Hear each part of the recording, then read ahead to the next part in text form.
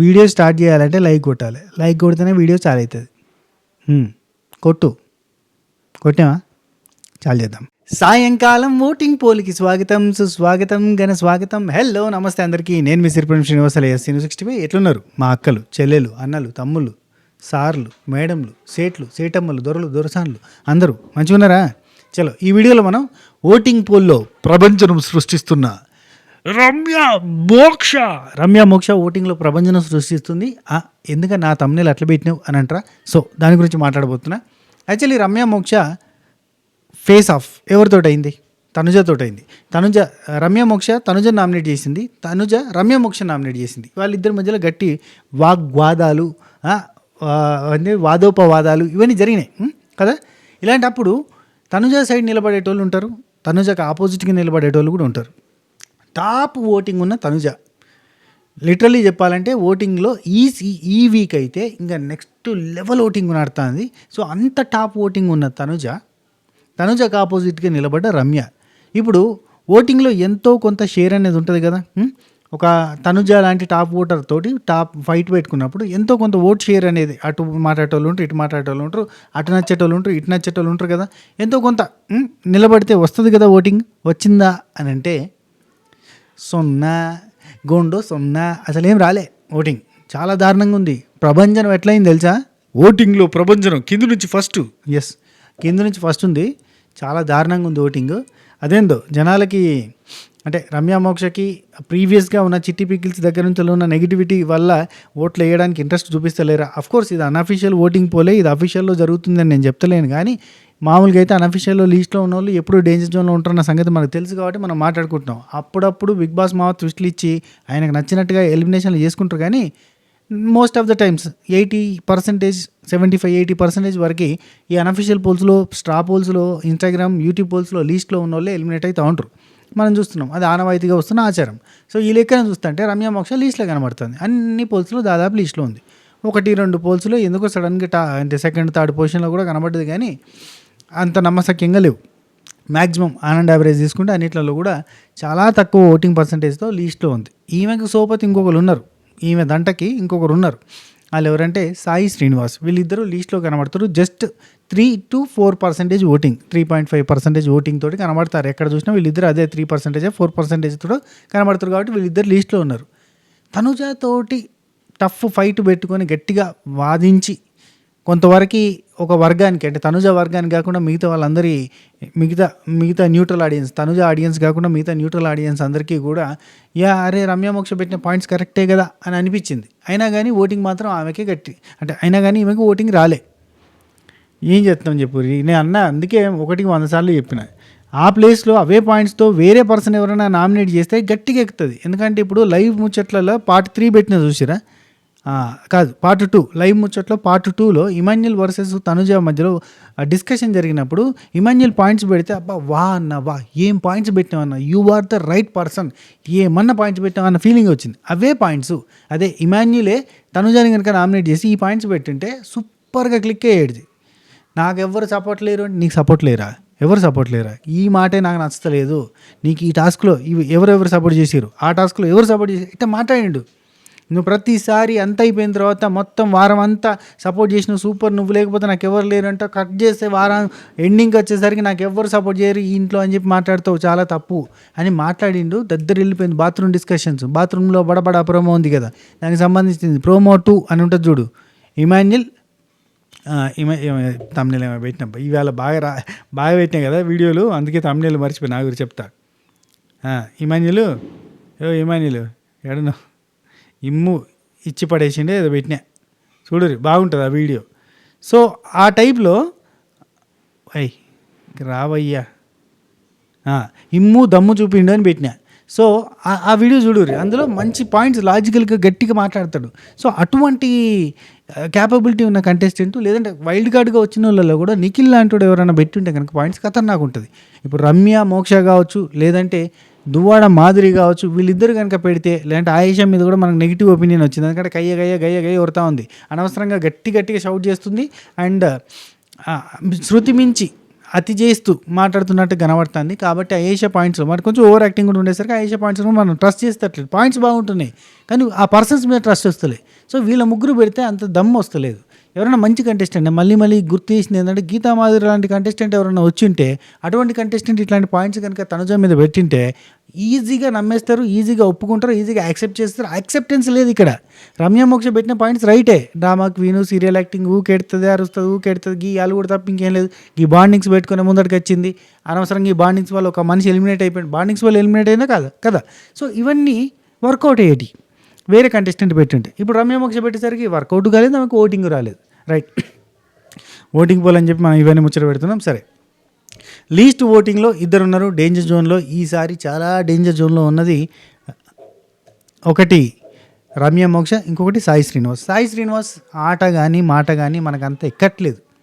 లాజిక్లు ఉంటున్నాయి కానీ అంత మ్యాజిక్లు క్రియేట్ కావాలి. ఇప్పుడు లాజిక్లు ఉంటే నమ్మరు, మ్యాజిక్లు కూడా ఉండాలి. ఇది ఇండియా, ఇక్కడ లాజికల్ కంటే మ్యాజిక్లు ఎక్కువ నమ్ముతారు అంటారు కదా. ఆ శాస్త్రంగా ఏదైనా అతి ఉండాలి. ఏడవడము, ఛాతి కొట్టుకొని ఓ అనడం, ఏదన్నా ఒక బీభత్సంగా టాస్క్లో పర్ఫార్మెన్స్, ఏదన్నా ఒక దానిలో పీక్స్ ఉండాలి. అది లేకపోతే కనెక్ట్ కారు. ఇప్పుడు ఈవెన్ డిమాండ్ పవన్కి కనెక్ట్ అవుతాం మనం. ఎందుకు? టాస్కులలో పీక్స్ పర్ఫార్మెన్స్ ఇస్తాడు, అత్ర కొడుతూ ఉంటాడు. కళ్యాణ్కి కూడా జనాలు కనెక్ట్ అయింది ఎక్కడ?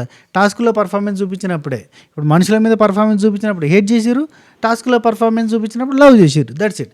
ఏదో ఒక దానిలో పీక్స్ ఉండాలి. ఇప్పుడు చూడు, తనుజకి కనెక్ట్ అవుతారు. ఎందుకు కనెక్ట్ అవుతారు? ఆమె ఎమోషనల్ అవుతూ ఉంటుంది, ఊకుకి ఏడుస్తూ ఉంటుంది, ఊకు కలుగుతూ ఉంటుంది. ఇది ఒక ప్యాంపరింగ్ కోరుకుంటూ ఉంటుంది, ఒక ఓదార్పు కోరుకుంటూ ఉంటుంది, ఆమె చుట్టూ అందరు తిరిగేటట్టుగా కోరుకుంటుంది. అంటే బంధుత్వాలు కలుపుకుంటే ఒక రకమైన సీరియల్ డ్రామా అంతా క్రియేట్ చేసేసరికి మా ఇంటి ఆడపడుచులంతా లేడీస్ అంతా కూడా అబ్బా యాజ్ ఇట్ ఈజ్ మా సీరియల్లో ఎట్లుందో గట్టే ఉంది, సేమ్ టు సేమ్.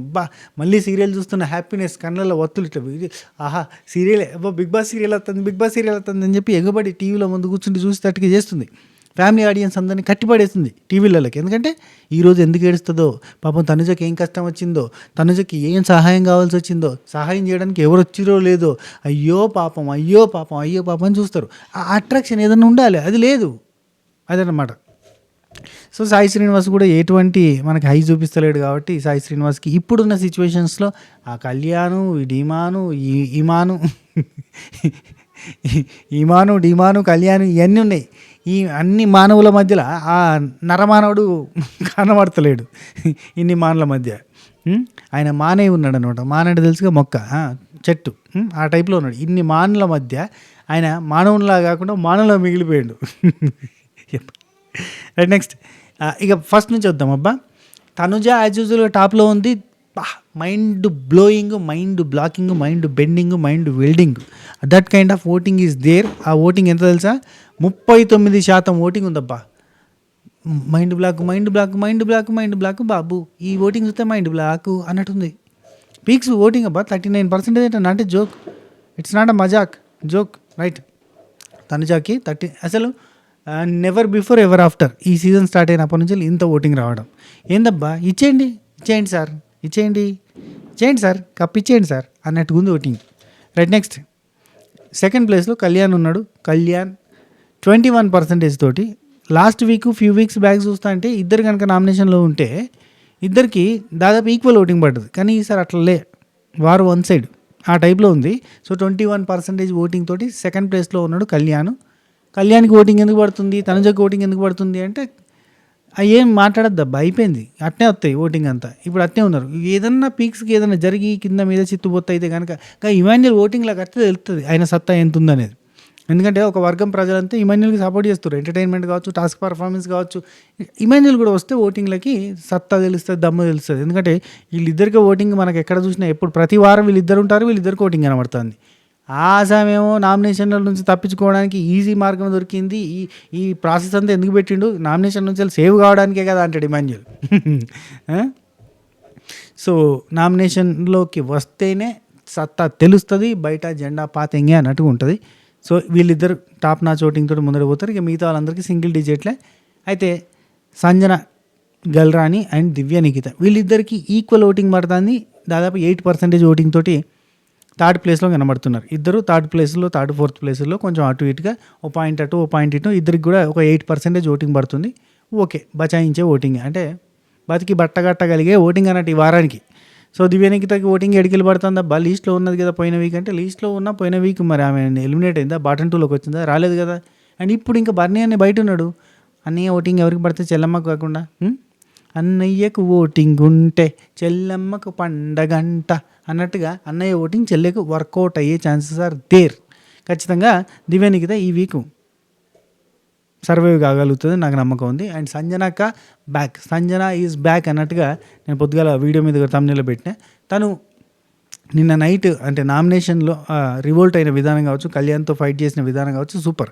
అండ్ ఈరోజు మార్నింగ్ కూడా బీభత్సమైన ఫైట్ జరిగింది, దానివల్ల ఆమెకు మైనస్ జరిగింది. కానీ సంజన ఫ్యాన్స్కి ఎస్ షీ ఈజ్ ఫిల్టర్లెస్, ఆ ఫిల్టర్లెస్గా అట్నే మాట్లాడుతుంది, ఆమె కుల్లం మాట్లాడింది, అందులో అబద్ధమే ఉంది. కానీ సభాముఖంగా తెలియజేసే పాయింట్లు కాదు, కానీ పాయింట్లలో నిజం లేదా అనే పాయింట్కి వస్తుంది అన్నట్టు, అట్లా కదా. అందరి ముందు చెప్పొద్దు, కానీ అది అసలు ముచ్చటనే కాదంటే అసలు ముచ్చటనే అయితే అందరి ముందు చెప్తాను, అట్లా అంటావా క్యారెక్టర్ని డిఫైన్ చేసినట్టుగా అయింది కదా అన్న సెన్స్కి పోతుంది. సో ఆ లెక్కన సంజనకి పాజిటివిటీ వస్తుంది, ఓట్లు పడతాయి. సంజనకు స్టార్టింగ్ నుంచి ఉన్న ఫ్యాన్ బేస్ ఖచ్చితంగా ఓటేస్తారు. కానీ వీళ్ళ ఓటింగ్తో కంపేర్ చేస్తే చాలా తక్కువ, ఎంత తక్కువ అంటే అంత తక్కువ అబ్బా. డబల్ డిజిట్ కూడా కాదు, సింగిల్ డిజిట్లో, అది కూడా 10 లోపల సింగిల్ డిజిట్లో. అఫ్కోర్స్ సింగిల్ డిజిట్ అంటే 10 లోపల ఉంటుంది నాకు తెలుసులే, కానీ చెప్తున్నా. ఇప్పుడు కనీసం అంటే ఇప్పుడు 20, 30, 35, 39, 40 ఆ ఓటింగ్లో వాళ్ళతో ఉంటే కనీసం వాళ్ళకి పోటీకి ఇవ్వడానికి కూడా ఓటింగ్ సరిపోదు అన్నట్టుగా 8% ఓటింగ్ తోటి ఉంది సంజనక్క. అసలు స్టార్టింగ్లో ప్రభంజనం, ఇప్పుడు చూస్తే జనాలు పెట్టారు పంగనామం. రైట్, నెక్స్ట్ రాము రాథోడ్, రీతు చౌదరి, వీళ్ళిద్దరికీ ఈక్వల్ ఓటింగ్ పడ్డది. వీళ్ళిద్దరు కూడా దాదాపు 7% ఓటింగ్ తోటి కనబడుతున్నారు. సో వీళ్ళిద్దరూ డేంజర్ జోన్లో ఉన్నట్టే. ఇప్పుడు ఈవెన్ సంజనక్క, దివ్యనికిత కూడా డేంజర్ జోన్లో ఉన్నట్టే, లేరని కాదు. కాకపోతే ఏంటంటే ఈ రమ్య మోక్షకి, సాయి శ్రీనివాస్కి 3.5%, 4% ఓటింగ్ ఉంది కాబట్టి వాళ్ళతో పోల్చుకుంటే వీళ్ళు బెటరే. ఏంటంటారు ఇది ఏదో మెల్లమేల అంటాం కదా, ఆ టైప్లో గుడ్డి కన్నా మెల్లమేలు, ఆ టైప్ ఆఫ్ సాత్రం లెక్క నడుతుంది అన్నట్టు. అది పాపం చాలా తక్కువ ఓటింగ్ ఉందబ్బా. అసలు ఈ రాము రాథోడ్కి అట్నే ఈ రీతు చౌదరికి కూడా అంటే బేసిక్గా ఇప్పుడు రాము రాథోడ్ నామినేషన్లో అదరగొట్టిండు, అట్లా చూసి ఎవరైనా ఓటేస్తారంటే అట్లా ఓటేస్తలేరు. అసలు ఏ యాంగిల్లో కూడా ఏ రకంగా కూడా ఓట్లు అయితే పడతలేవు మిగతా వాళ్ళకి. ఓన్లీ